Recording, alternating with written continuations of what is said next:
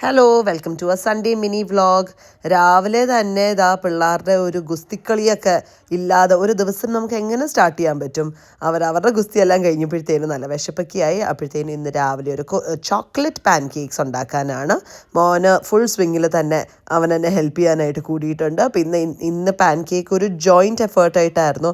മോൻ്റെ വകയും അപ്പൻ്റെ വകയും എല്ലാവരുമായിട്ടാണ് pan cake എല്ലാം ഉണ്ടാക്കിയത്. പിള്ളേർക്ക് ബ്രേക്ക്ഫാസ്റ്റ് ഒക്കെ കൊടുത്തു. പിന്നെ ഞങ്ങൾക്കാണെങ്കിൽ നല്ല ഒരു ഇഞ്ചി ചായയൊക്കെ ഇട്ട് ഡേ അങ്ങ് സ്റ്റാർട്ട് ചെയ്തു. പിന്നെ ഇന്ന് നമുക്ക് ഇവിടെ ഒരു ചെറിയ ഗെറ്റ് ടുഗെദർ ഉണ്ട്. അപ്പോൾ അതിനായിട്ട് ഞാൻ ഒരുങ്ങി. എൻ്റെ വക ഡെസേർട്ട് ആയിരുന്നു. അപ്പോൾ ഞാനൊരു ഗാജർ ഹൽവ അല്ലെ ക്യാരറ്റ് ഹൽവ ഉണ്ടാക്കി. ദാറ്റ് വിത്ത് ഐസ്ക്രീം ആൻഡ് ലിജോയുടെ വക കലാപരിപാടികളൊക്കെ ആയിട്ട് എല്ലാം പാക്ക് ചെയ്ത് നമ്മൾ വീട്ടിൽ നിന്ന് ഇറങ്ങിയിട്ടുണ്ട്.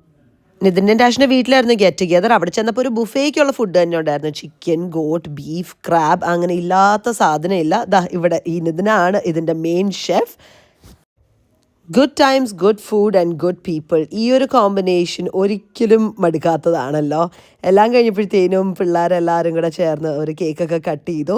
ഈ ഒരു ഗ്രൂപ്പ് എന്ന് പറഞ്ഞാൽ നമ്മളൊരു സമയത്ത് ഒരു ഫാമിലി പോലെ കഴിഞ്ഞുകൊണ്ടിരുന്നതാണ്. പിന്നെ ലൈഫിൻ്റെ ഓരോ കാര്യങ്ങളൊക്കെ വന്നു കഴിഞ്ഞപ്പോഴത്തേനും നമ്മൾ കുറച്ചൊന്ന് മാറിപ്പോയി. പക്ഷേ വീണ്ടും കൂടി ഇപ്പോൾ it was just like old times again. And ഭയങ്കരമായിട്ട് നമ്മളെല്ലാം പഴയ കഥകളൊക്കെ പറഞ്ഞ് കുറേ എൻജോയ് ചെയ്ത് it was A beautiful get together. അങ്ങനെ പരിപാടികളൊക്കെ കഴിഞ്ഞതാ വീട്ടിലോട്ട് എത്തുകയായി. അപ്പോൾ ഇന്നത്തെ ദിവസം ഇത്രയൊക്കെ ഉള്ളായിരുന്നു. It was such A good day. Have A good day. Bye bye.